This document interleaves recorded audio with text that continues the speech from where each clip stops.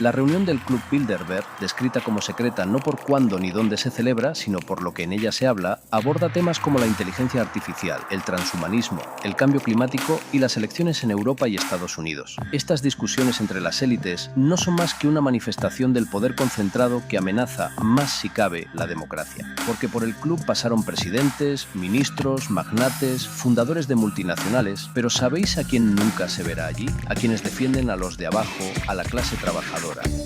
Manuel Fraga Iribarne es uno de los primeros políticos españoles que asiste a las reuniones del grupo Bilderberg, que a partir de hoy se reúne en Torquay, en la costa de Cognuel.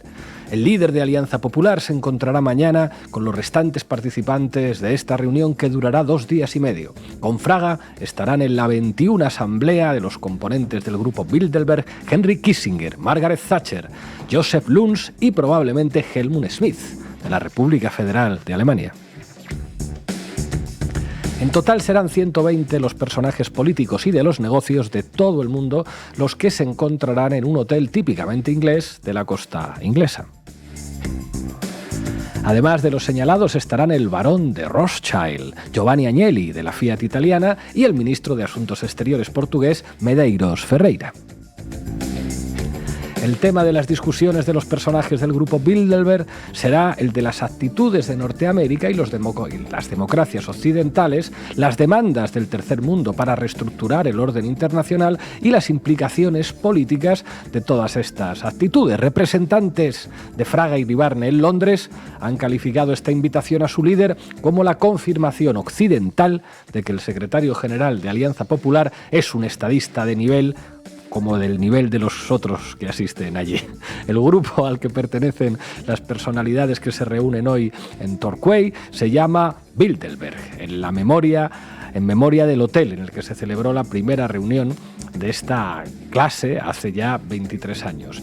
La de Torquay es la 25 asamblea que celebra el grupo, que se ha calificado en la prensa inglesa como un club exclusivo, quizás sin poder, pero realmente con influencia.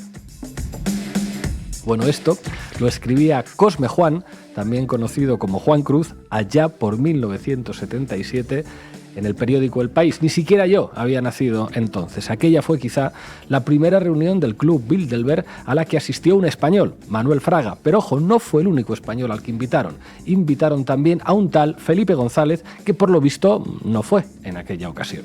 Hoy en La Base hablamos del Club Bilderberg. Bienvenidas y bienvenidos. La Base, con Pablo Iglesias, Irene Zugasti, Manu Levín e Ina Finogénova.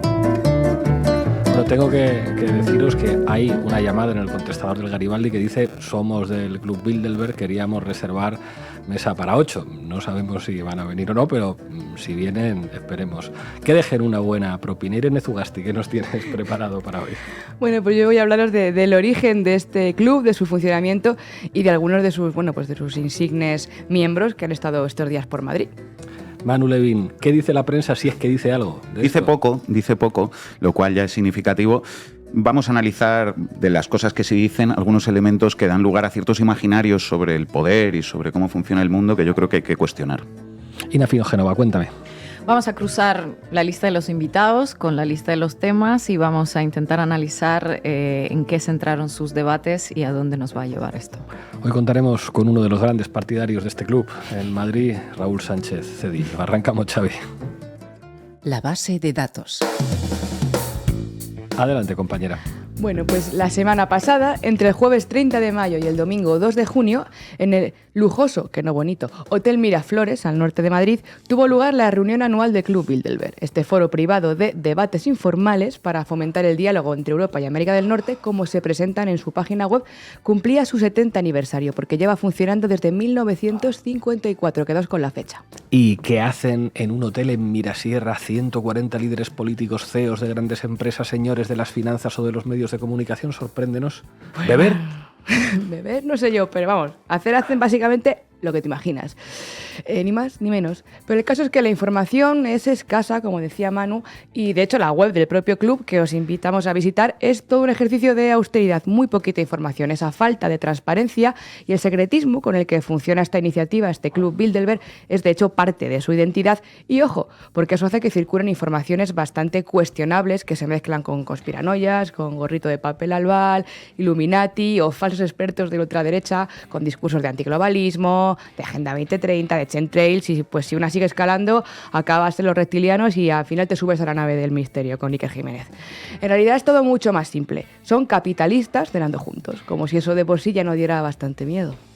Aproximadamente 2/3 de los participantes proceden de Europa y el resto de América del Norte. 1/3 son figuras del ámbito de la política y del gobierno y el resto de otros campos: finanzas, grandes multinacionales, ejércitos, medios de comunicación, y el sur global ni está ni se le espera.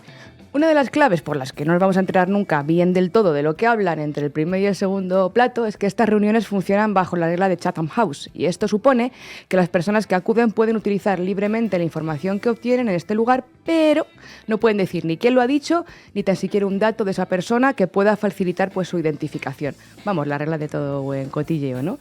Y otra regla que apuntan en su web es que la reunión es privada y que los participantes lo hacen a título individual. Es decir, que nos tenemos que creer que Álvarez, cuando habla en ese entorno, pues lo hace como José María y no como ministro de Asuntos Exteriores, Unión Europea y Cooperación del Reino de España. Así que entendemos que en el caso de mandatarios extranjeros, pues ellos se pagan su viaje, su alojamiento o sus gastos, entendemos. Bueno, y por supuesto no hay actas públicas, ni ruedas de prensa, ni atención a medios, tampoco agenda, ni resoluciones, ni declaraciones, ni que fuera una asamblea de esas de rojos. Estoy por mandar a Willy Veleta a las inmediaciones del Hotel Mirasierra a ver qué saca de por ahí. Sería maravilloso. Y es que, de hecho, hasta mediados de los años 90, el grupo sí que solía ofrecer una ruedita de prensa al terminar el encuentro, pero dejaron de hacerlo, según el propio Club Bilderberg, por falta de interés, según la organización. El origen de todo esto, según la web, en 1954 nació como la idea de crear un punto de encuentro entre ciudadanos destacados a ambos lados del Atlántico para colaborar de manera efectiva en temas de interés común. Pero si uno hace un análisis histórico más crítico y menos somero que el que hay en la página web y el que los medios, por cierto, van repitiendo sin ningún tipo de crítica, pues en realidad podríamos decir que el club, que lleva el nombre del hotel holandés donde se reunieron por primera vez, fue una suerte de internacional atlantista y anticomunista. Y de aquellos polvos, pues estos lodos. El padre de la iniciativa fue un polaco, Józef Refringer, cofundador del movimiento europeo, nacido, como digo, en Polonia y radicado en Londres. Rettinger era un personaje con una biografía muy interesante y también bastante opaca. Estaba exiliado en Polonia de Polonia durante la Segunda Guerra Mundial y se mezcló con la inteligencia británica, pero, por ejemplo, también estuvo presente en la fundación del PRI en México y dicen que se trataba de tú a tú con Churchill, entre otros muchos líderes de posguerra. El caso es que Rettinger era un europeísta de pro y sentía que el antiamericanismo necesitaba ser mejor comprendido porque amenazaba una alianza transatlántica y podía ser gasolina para la Unión Soviética y para sus aliados comunistas en Europa occidental. Así que en 1952 reunió a un grupo de líderes europeos como el príncipe Bernhard de los Países Bajos, quien se convertiría además en el primer presidente del grupo Bilderberg, a políticos socialdemócratas como Brouwer del SPD, Gainskell, el laborista, o políticos conservadores como John Kraft de Dinamarca o el belga Van Zeeland, también el presidente de la Unilever, la empresa, Paul Rikens, y el exdirector de operaciones especiales británicas, el general de división Colin Gavins. Os ponemos esos ejemplos para que veáis qué tipo de personas se embarcaron en la aventura de Rettinger. Bueno, en realidad es una configuración bastante similar a la de este 70 aniversario en Madrid, ¿no? En el fondo, bueno, líderes socialdemócratas y conservadores, grandes empresarios, cancilleres, militares y aristócratas europeos. El destino de la civilización occidental, escribió Rettinger, depende del mantenimiento del acuerdo entre Europa y América. Un distanciamiento sería fatal, primero para Europa y luego para América misma. Y así, pim, pues se hizo el club. El príncipe Bernhard de Holanda fue el Relaciones Públicas, digamos, el encargado de conseguir que asistieran al menos 2 invitados por país, uno conservador y uno progresista, y el multimillonario Rockefeller fue quien puso el dinero. El caso es que desde sus inicios y hasta la fecha en España se ha acogido este encuentro hasta en 3 ocasiones. La primera en Pontevedra en 1989, la segunda en Barcelona en el año 2010 y la semana pasada Madrid entró en los registros históricos del foro.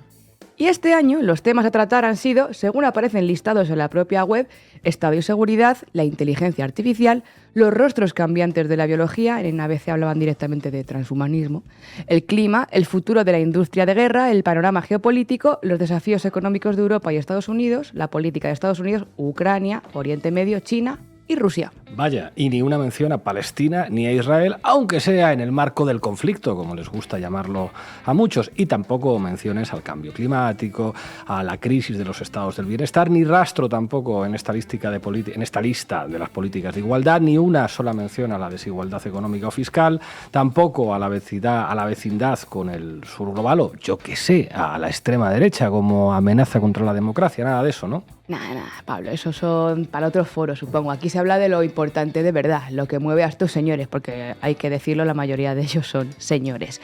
Y suele ser temas, de hecho, muy similares edición tras edición si vemos los archivos. Pero vaya, que por eso no hace falta ni llamarlo gobierno del mundo en la sombra, ni las élites globalistas reunidas en un hotel.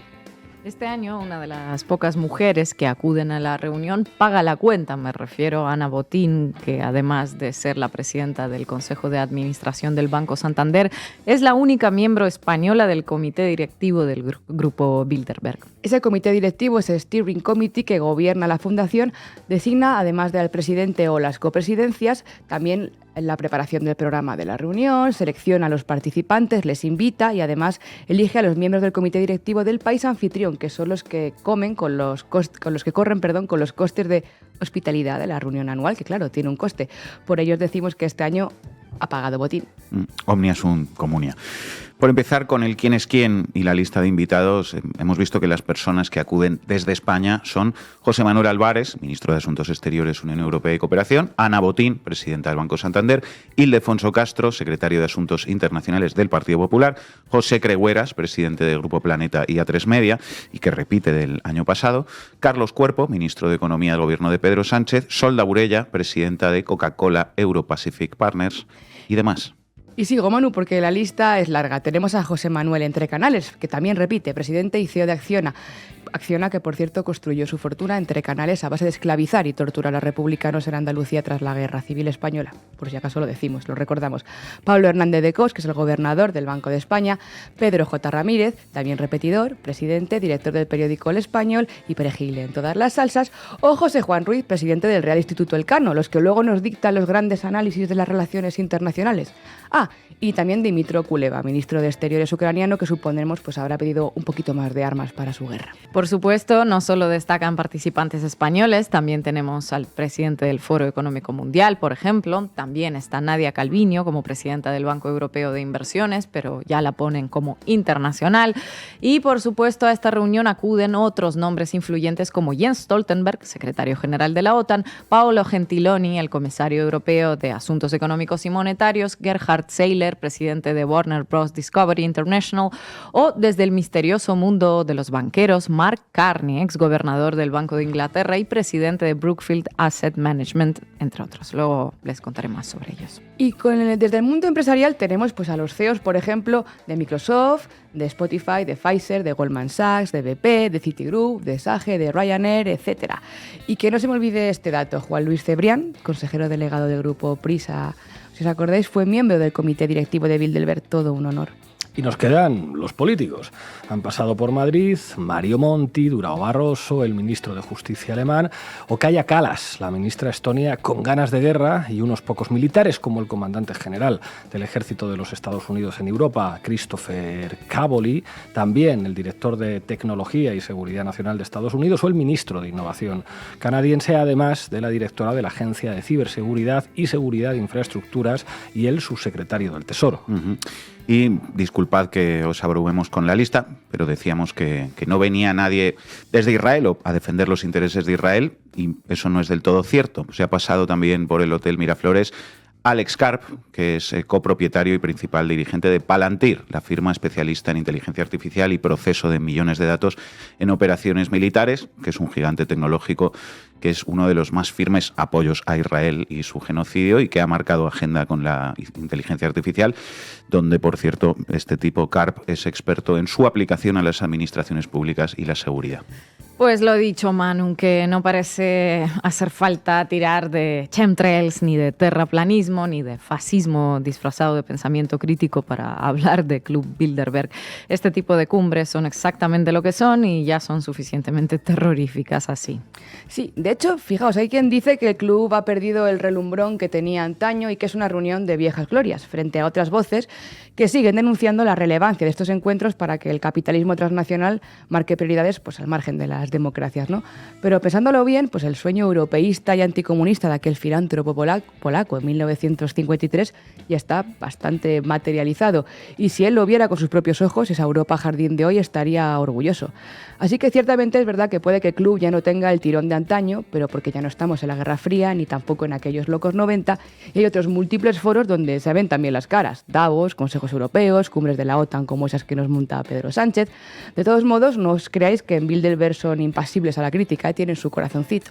Fijaos en la pregunta que aparece en su web: ¿por qué Bilderberg atrae las críticas de ciertos grupos e individuos? Y responden ellos mismos que son objeto de protestas antiglobalización y de acusaciones descabelladas y que lo lamentan mucho. En fin, queda bastante claro que no son ninguna sociedad secreta, son lo que son, el capitalismo del norte global, sacando músculo los medios que les celebran y los políticos que les obedecen. ¿Qué estaremos haciendo bien para que a estas cosas, por lo que sea, nunca nos inviten? Gracias, compañera.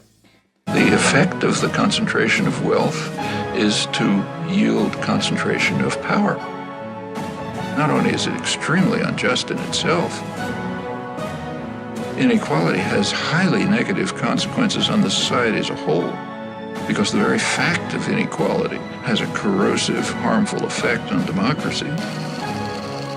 This is a result of over 30 years of a shift in social and economic policy, completely against the will of the population. Manu Levin, adelante. Vamos con ello, compañeros. Titulares al banquillo. El análisis mediático de Manu Levin. Bueno, lo primero que hay que reiterar, lo decíamos al principio, es que hoy hay poca tela que cortar aquí en esta sección porque hay muy poca información, muy poca cobertura en los medios de comunicación sobre este encuentro de peces gordos en Madrid, lo cual no hace sino reforzar ciertos relatos y percepciones sobre lo que representa el Club Bilderberg, que ahora vamos a seguir comentando un poco, tirando de algunos hilos también que ya nos ha dejado Zugasti. En la prensa española, en los últimos días, hay más que nada piezas pues que simplemente anunciaban la reunión y ponían el foco en los españoles que participan. Lo estábamos comentando. Por ejemplo, el periódico, el Club Bilderberg celebra su 70 aniversario en Madrid. Estos son los españoles que asisten. El Español, el Club Bilderberg se reúne este fin de semana en Madrid. Estos son los 10 españoles que participan. O ABC, Madrid acoge la cumbre del poderoso Club Bilderberg. ¿Quiénes son los 10 españoles que participan? Bueno, así son muchos de los titulares que se pueden leer hoy, que diría que buscan básicamente el clickbait, junto a otros que, digamos, que ya definen de una determinada manera qué es eso del Club Bilderberg. Un ejemplo, 4. El Club Bilderberg está reunido en Madrid. Temas clave y quién es quién en el encuentro de los más poderosos del mundo. Los más poderosos del mundo. En todo caso, habría que decir más bien que son los más poderosos de una parte del mundo, en concreto de Europa y Estados Unidos.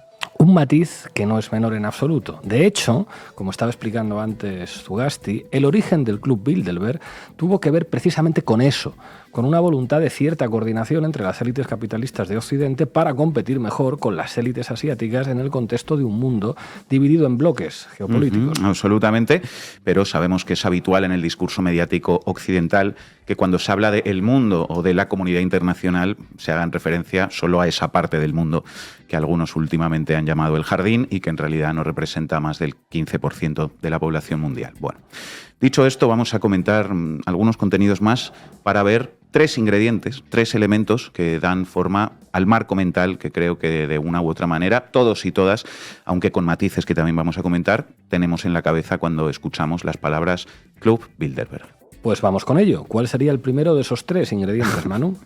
Pues el primer elemento viene definido por un significante, o un grupo de significantes, un campo semántico, habría que decir más bien, que está presente en casi todos los pocos contenidos mediáticos que hay sobre esta reunión de peces gordos de Occidente, y es la idea del secreto. La sexta, secretismo, influencia y poder. ¿Qué es el Club Bilderberg? ¿Quiénes acudirán a su 70 reunión y de qué hablarán?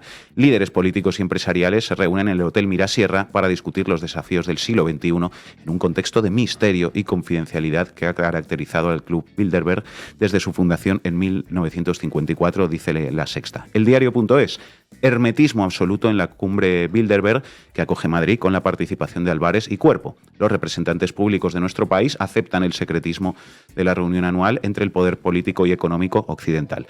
El debate, secretismo y una estricta etiqueta. El club de los más poderosos del mundo se reúne en Madrid.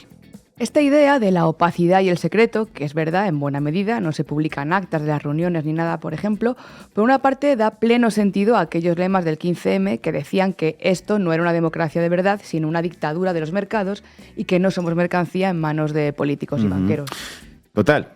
Y por otra parte también contribuye, creo yo, lo decía al principio en referencia a la escasa cobertura mediática, a unos imaginarios populares sobre cómo funciona el poder que creo que hay que cuestionar. Enseguida vamos a entrar un poco en eso. Antes, una pequeña derivada importante, que sería el segundo de esos 3 elementos que os quería comentar hoy, y que tiene que ver con los matices que antes decía también, que diferenciaban los marcos que se activan en las mentes de uno u otro sector ideológico de la sociedad cuando se habla del Club Bilderberg. Y es lo siguiente. Analizando los escasos contenidos mediáticos, uno puede percibir, lo estaba adelantando también en varias ocasiones Zugasti, que el marco mental que utiliza la ultraderecha y en general la derecha hoy para hablar del Club Bilderberg se podría resumir en algo así como globalismo versus nacionalismo. Es un enfoque que obvia la crítica al capitalismo y la sustituye por la agitación de elementos ni siquiera ya de soberanía, sino de patrioterismo barato. Vamos, muchas banderas para llevar el asunto a las coordenadas ideológicas de la derecha y ocultar la defensa de fondo de esa estructura económica y de esas oligarquías en la acción política real de la derecha. Completamente. Y ese es el marco empujado en los últimos tiempos por las extremas derechas de distintos países que hoy impregna ya todo, un poco todo el discurso mediático, lo cual es un signo de la época indudablemente.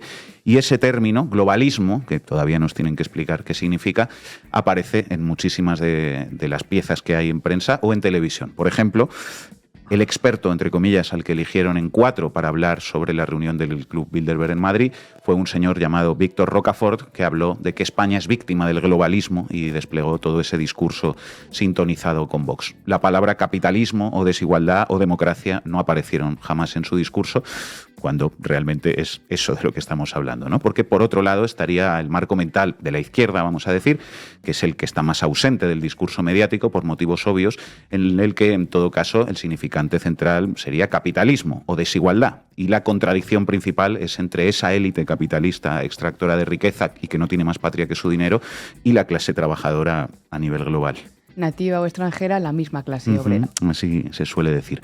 Y retomando ahora un poco el razonamiento inicial, tercer elemento del discurso mediático dominante sobre lo que representa el Club Bilderberg, el fetichismo del poder, la construcción totémica, la casi deificación de esa élite a la que se presenta como omnipotente. Fijaos, en esa misma pieza del debate, por ejemplo, cuyo titular citábamos antes, se añadía también: algunos críticos sostienen que el club actúa como un gobierno en la sombra, tomando decisiones que afectan a la política global y la economía sin rendir cuentas a la ciudadanía. Y otros titulares: público, Bilderberg, el club secreto que elige líderes mundiales.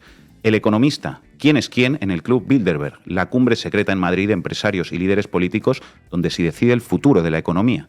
O uno más, Vanity Fair, los secretos del Club Bilderberg, el club que mueve los hilos del mundo. Vamos, titulares que plantean que el mundo en el que vivimos estaría manejado por 10 señores que deciden los designios de la humanidad en un plan perfectamente diseñado entre las 4 paredes de una habitación, como la mano del inspector Gadget que acaricia a un gato. Exactamente. Un planteamiento que además se refuerza con los significantes del misterio, el secreto, etc. Yo creo, como decía, que es una idea que hay que cuestionar, porque da lugar a un pensamiento idealista y conspiranoico que es contraproducente políticamente porque no sirve para entender bien, para entender realmente cómo funciona el poder y cómo funciona el sistema en el que vivimos. Y es un pensamiento en el que incurren tanto los enfoques que antes comentábamos que aplica la derecha, como también, ojo, los que aplica en ocasiones la izquierda. Ante eso, creo que cabría decir varias cosas, con esto acabamos. La primera es que el poder nunca es tan sofisticado como les puede parecer a quienes carecen de él, y desde luego como plantea esa visión, según la cual hay un grupo de demiurgos que maneja los hilos del mundo desde un búnker de lujo. Todo suele ser, en cambio, digamos, mucho menos teleológico, menos programado, especialmente en el capitalismo neoliberal, ¿no? Y mucho más caótico que eso, y más cutre también. La segunda cosa, al hilo de esto, es que el capitalismo no es un plan, y mucho menos es un plan diseñado por 10 señores. El capitalismo es un sistema, es una estructura que tiene que ver con una determinada fase histórica del desarrollo económico, tecnológico, social de la humanidad. Hablamos de grandes corrientes de fondo y en tanto que es una estructura, no depende de la voluntad de ningún individuo, ni siquiera de uno asquerosamente rico.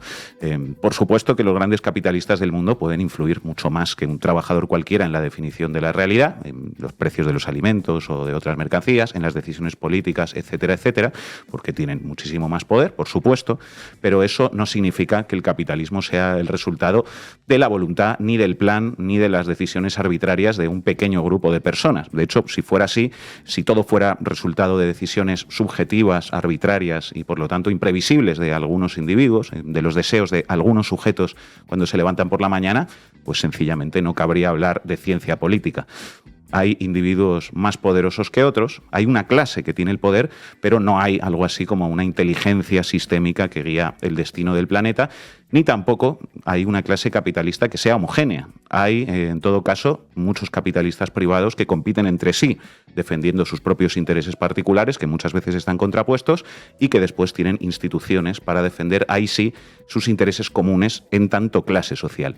El Club Bilderberg sería una de esas instituciones, digamos, de coordinación entre capitalistas privados que el resto del tiempo compiten entre ellos, para salvaguardar sus intereses comunes en tanto clase, como estamos diciendo. El Estado sería otra quizá, pero eso lo dejamos para otro día. Y por último, una idea más. El mundo no es al 100% el resultado del proyecto de esa élite, sino que es el resultado de una lucha en la que el pueblo también juega, lo cual queda ausente de esos enfoques fetichistas del poder.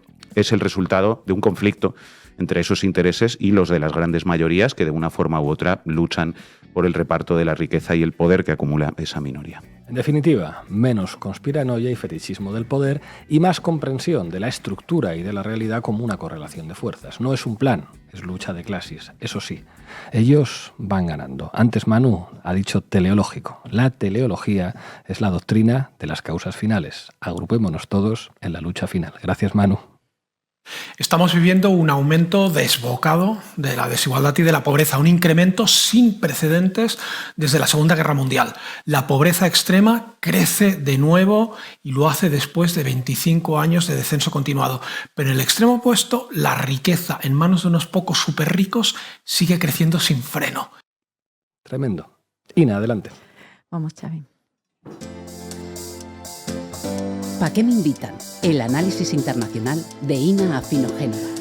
La reunión anual del Club Bilderberg dura 3 días y desde su primera edición en 1954 ha dado comprensiblemente gasolina a los teóricos de la conspiración para todo el año. Como hemos dicho, durante décadas la reunión a puerta cerrada de un selecto grupo de los más ricos y los más poderosos de una parte del mundo ha sido objeto de intensos debates y chismes, y en los últimos años se ha replanteado un pelín y levantaron un poco el telón del secretismo. Ya conocemos con precisión dónde se convocan las reuniones, tenemos la lista de asistentes y se revelan hasta algunos ejes que se van a tratar, aunque eso sí, sin demasiado detalle por la regla esa de Chatham House que ya nos explicó Sugasti.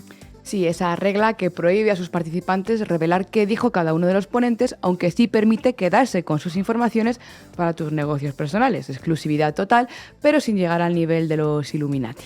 Más que Illuminati, una suerte de foro de Davos o foro económico mundial, pero más privado, con un número de participantes más reducido y sin registro en vídeo de lo que cada uno cuenta. Si miras los temas que se han ido abordando en las últimas décadas y también este año, ves que se trata de una suerte de suplemento transnacional a representa la OTAN con un papel protagónico de la gran banca, como Deutsche Bank, Banco Santander, HSBC, grandes compañías tecnológicas como Microsoft o Palantir, grandes farmacéuticas como Pfizer, grandes energéticas como Total o Shell, grandes medios de información, Financial Times o Bloomberg. Por cuentas, que diría mi abuela, el gran capital de todo color de Europa y Norteamérica, cuyos representantes acuden a título individual. Bueno, cuéntanos cuáles fueron los temas prioritarios en esta edición. Bueno, se puede cruzar la lista de invitados, de los que ya nos habló de algunos de ellos Irene, con la lista de temas a tratar que se han hecho públicos. Y así ya se deduce perfectamente por dónde tiraron. Tampoco hace falta tener acceso a fuentes de primera mano o ultra secretas para entenderlo, porque muchas de las personas allí presentes son públicas y sus opiniones sobre ciertos asuntos internacionales son de sobra conocidos. No nos caben muchas dudas de que no hubo espacios para la búsqueda de la paz ni de la diplomacia, más bien todo lo contrario. Seguramente hablaron largo y tendido sobre la guerra. China, Rusia, Medio Oriente, así en general, sin mención a Gaza. Ucrania sí que tiene un panel más personificado, así como el futuro de la guerra, además del clima y la inteligencia artificial. El futuro de cualquier guerra deberían ser las negociaciones y un armisticio, o mejor aún, la paz, a menos que el futuro de la guerra lo imaginen en clave de conflicto nuclear, que todo podría ser. Por el perfil de invitados que asisten, lo que podemos desde aquí asegurar es que no lo imaginan en clave de paz ni tan siquiera de un armisticio.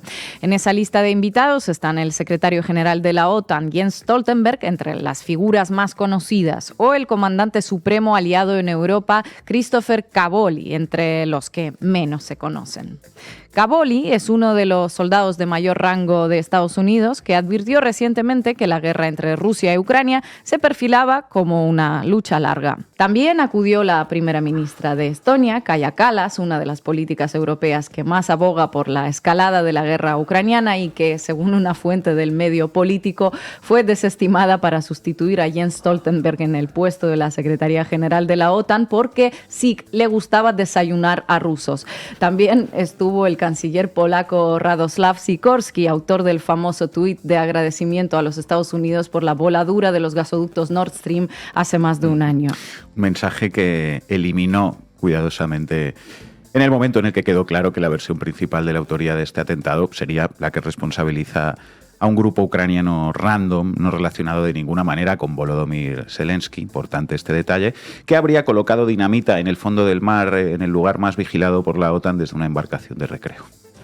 Sikorski, aunque se ha ganado la fama internacional gracias a este tuit, es un invitado habitual en las reuniones de Bilderberg, es decir, es un miembro de la élite europea de las de verdad, la mano que mece la cuna sin que le pongas necesariamente cara, manteniendo un perfil bajo.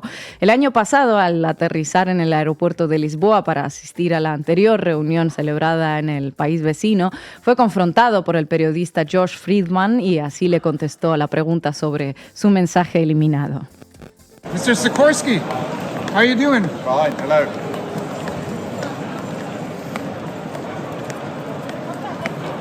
How about that tweet where you said thank you after the Nord Stream incident? Would you like to explain that one? It was a very interesting one. Okay, well, have a wonderful stay in Lisbon, and I hope you have a very productive meeting. Mr. Sikorski, ¿qué pasó con aquel tuit en el que agradeció a Estados Unidos la voladura del Nord Stream? Que tenga usted un buen día. Vamos, que con esta pléyade de asistentes lo que está claro es que el futuro de la guerra, tal y como lo titularon uno de los principales temas a tratar, va a ser más y más guerra. Tengan ustedes un buen día también. Mr. Sikorski es pareja de Anne Applebaum, periodista, historiadora estadounidense especializada en anticomunismo. ¡Anticomunismo! Ganadora del premio Pulitzer por su obra con sugerente título ¡Gulag! Applebaum también forma parte de esa reducida lista de asistentes a las reuniones del Club Bilderberg, donde acude en calidad de editora de la revista The Atlantic. Militarización no solo de los ámbitos políticos e intelectuales, sino también de los medios. Eso de que el futuro de la guerra es más guerra saltará directo a las páginas de los periódicos de referencia en forma de línea editorial, no tengan duda. Después que no nos sorprendan las tesis belicistas de A3 Media, cuyo director, José Creueras, compartió esos 3 días con gente como Sikorski o como Applebaum. Appelbaum. Otro área por militarizar más y mejor es el sector tecnológico. Uno de los principales temas a abordar son los desafíos que plantea el desarrollo de la inteligencia artificial. Pero no es el único. Parece que el futuro de la guerra no es viable sin tecnologías de punta. Según The Guardian, los militares del mundo y la industria militar se toman muy en serio las reuniones de Bilderberg. El ya mencionado general estadounidense Christopher Cavoli, por ejemplo, estuvo un tiempo liderando la modernización total de las capacidades defensivas de la OTAN y hace un año presumía de haber incrementado el número de tropas en un 700%. Ucrania para estos señores es todo un campo de experimentos en materia de tecnologías de guerra. Lo reconocían medios como Time y The Economist, que describían al país como un laboratorio de guerra y del uso en combate de la inteligencia artificial. El hecho de que esté presente Alex Karp, dirigente de la empresa israelí de vigilancia Palantir, no es casual. Más de media docena de agencias ucranianas, incluidos sus ministerios de Defensa, Economía y Educación, están utilizando productos de Palantir, escribía la revista Time en febrero pasado. Palantir estaba tan interesado en mostrar sus capacidades que se las proporcionó a Ucrania gratis, reconocía Alex Karp. Nuestros productos han tenido una gran demanda. Bueno, en la reunión de Bilderberg también estuvo el canciller ucraniano, como hemos dicho, Dmytro Kuleba, así que a ver qué otras tecnologías pendientes de probar en combate les ofreció Palantir. También estuvo presente Palmer Luckey, un fundador de una empresa llamada Anduril Industries, todavía desconocida para el gran público. Palmer Luckey diseñó las gafas de realidad virtual Oculus, que vendió luego a Facebook porque quería construir algo más serio. Así se enfocó en hacer lo que llama la próxima generación de tecnología militar y se trata de vehículos de combate autónomos para patrullar el aire, el mar y el espacio y sistemas operativos con visión artificial que se conectan a sistemas militares. En fin, cacharros pues para matar con eficacia y no morir, que mate la inteligencia artificial. El antiguo CEO de Google, Eric Schmidt, también estuvo presente este fin de semana en Madrid, parece que por el mismo tema que los muchachos de Palantir y Anduril, para reflexionar sobre el futuro de las guerras. Informaba la revista Forbes que Eric Schmidt estaba tan inspirado en el uso de drones en la guerra en Ucrania que se pasó un año entero trabajando en un proyecto militar secreto de aviones no tripulados. Según The Guardian, de momento Schmidt dice que para completar el plan necesita más apoyo económico y técnico sostenido de los aliados de Kiev. Así que qué mejor oportunidad para pedir fondos que pasar estos 3 días en Madrid, en Mirasierra, oye. Ya se mencionó que la guerra de Ucrania parece haber centrado la reunión, mientras que el genocidio en Gaza o las desigualdades estructurales o los temas de la pobreza o del hambre no se mencionaron ni de pasadita. El genocidio de Gaza aparentemente estuvo incluido en un tema tan amplio como situación en Oriente Medio, con vete a saber qué enfoque. Eso sí, entre los asistentes estuvo Sigrid Kaag, coordinadora humanitaria de la ONU de Reconstrucción para Gaza. Fue nombrada por las Naciones Unidas para monitorear, facilitar y verificar los envíos de la ayuda humanitaria a los palestinos. Como todo tiene un halo de secretismo en esta reunión, no trascendió que se pudo hacer en una mesa que juntó a halcones que hacen de las guerras un negocio, pero bueno, veremos si en los próximos meses hay algún cambio en este sentido. La reunión de Bilderberg en Madrid, más allá de celebrar su 70º aniversario, se destacó por el hecho de que por primera vez se celebró sin Henry Kissinger, fallecido hace unos meses.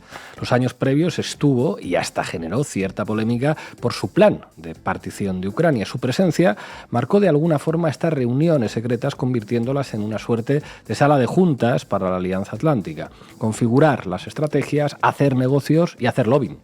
Y el año que viene, informa The Guardian, el anfitrión será el multimillonario sueco Marcus Wallenberg, presidente de la empresa Saab. Aunque no figuró en la lista de asistentes, su asesor Oscar Stenström, según el periódico británico, recorrió los pasillos como miembro del equipo previo de la conferencia.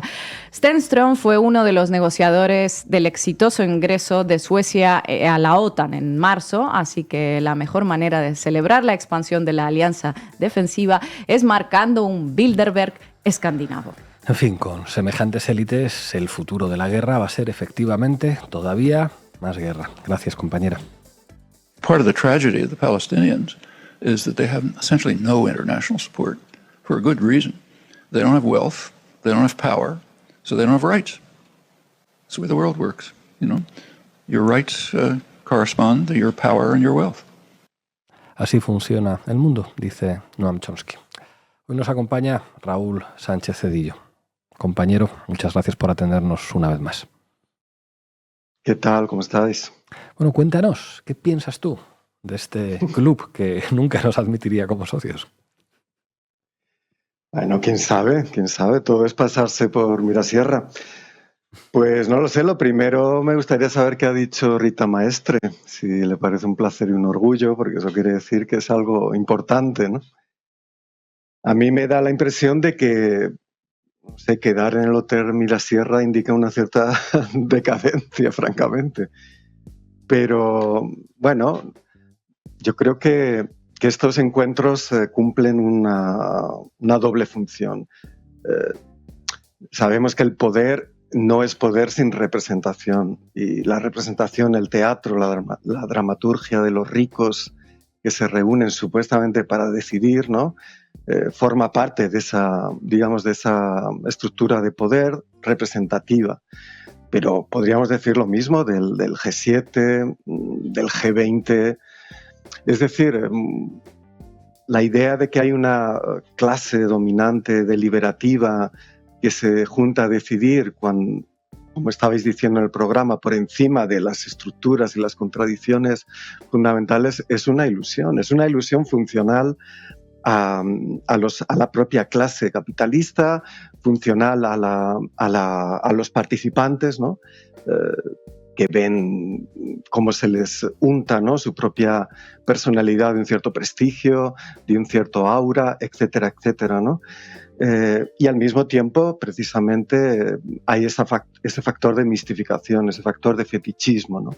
Pensar que el poder es una especie de don, que es una especie de, digamos, de estructura mágica, ¿no? Que se invoca en esas reuniones, ¿no? Eso no quiere decir que no sean eficaces. Yo creo que sin duda ahí hay, pues, intercambio de información, hay una conversación, hay una actualización, hay un marcar agenda, ¿no? Hay un vamos a ver qué oportunidades tenemos, ¿no? Y hay, por supuesto, negocios.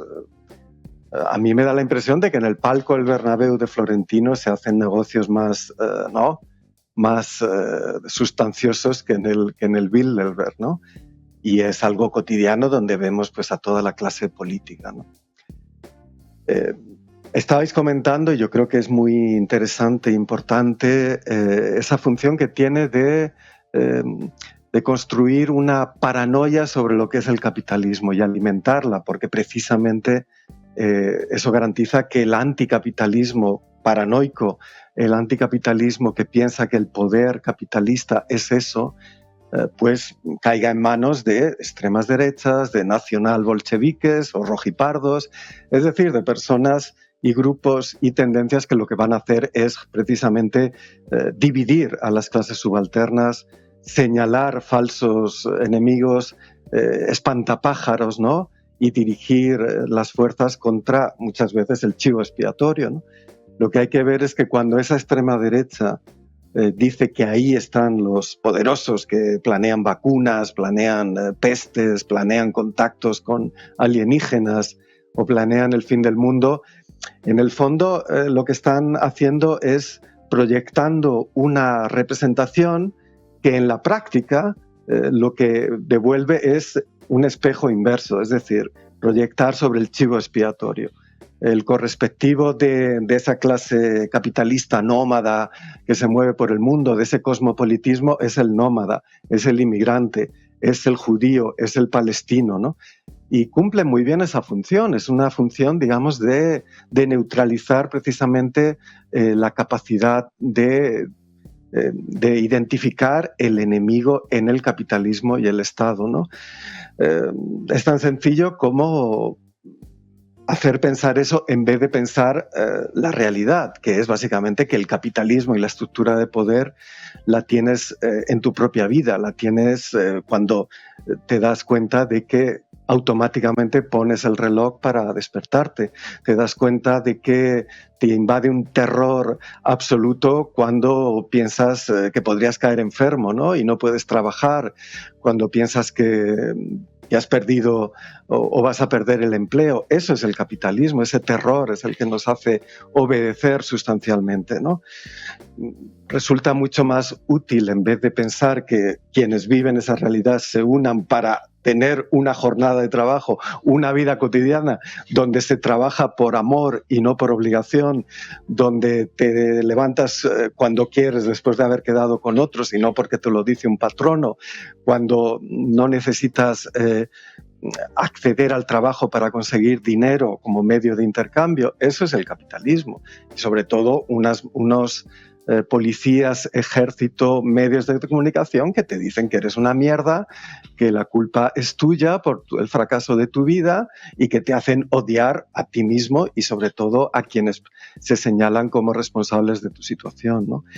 Entonces, bueno, es una feria el Club Bilderberg, forma parte de esa representación de la sociedad civil mundial, de la mundanidad, del lujo, del boato, ¿no? Y bueno, pues es lo mismo, por así decirlo, de la función actual de la masonería, ¿no? Que como sabemos en algunos países, en Italia, ¿no? En la universidad, pues forma parte de una especie de, ¿no? de oropel, ¿no? De artificiosidad del hecho de pertenecer a estructuras de poder, también en el Estado español, Mario Conde, etcétera, ¿no? Pero no son estructuras de mando, son estructuras de representación, influencia y business, ¿no? Así que yo creo que lo mejor que podemos hacer es reírnos con una carcajada tanto de quienes van a ese Club Bilderberg como de quienes lo aprovechan para construir formas de representación antisemitas, antiinmigrantes, fascistas, ¿no? Que es básicamente lo que Engels llamaba el socialismo de los imbéciles, ¿no? Raúl Sánchez Cedillo, muchísimas gracias por atender una vez más a La Base. Llegamos al final y vamos a terminar con un temazo que habla del poder del capitalismo global. Es un tema de la Polla Records, el 7º de Michigan. Hasta mañana.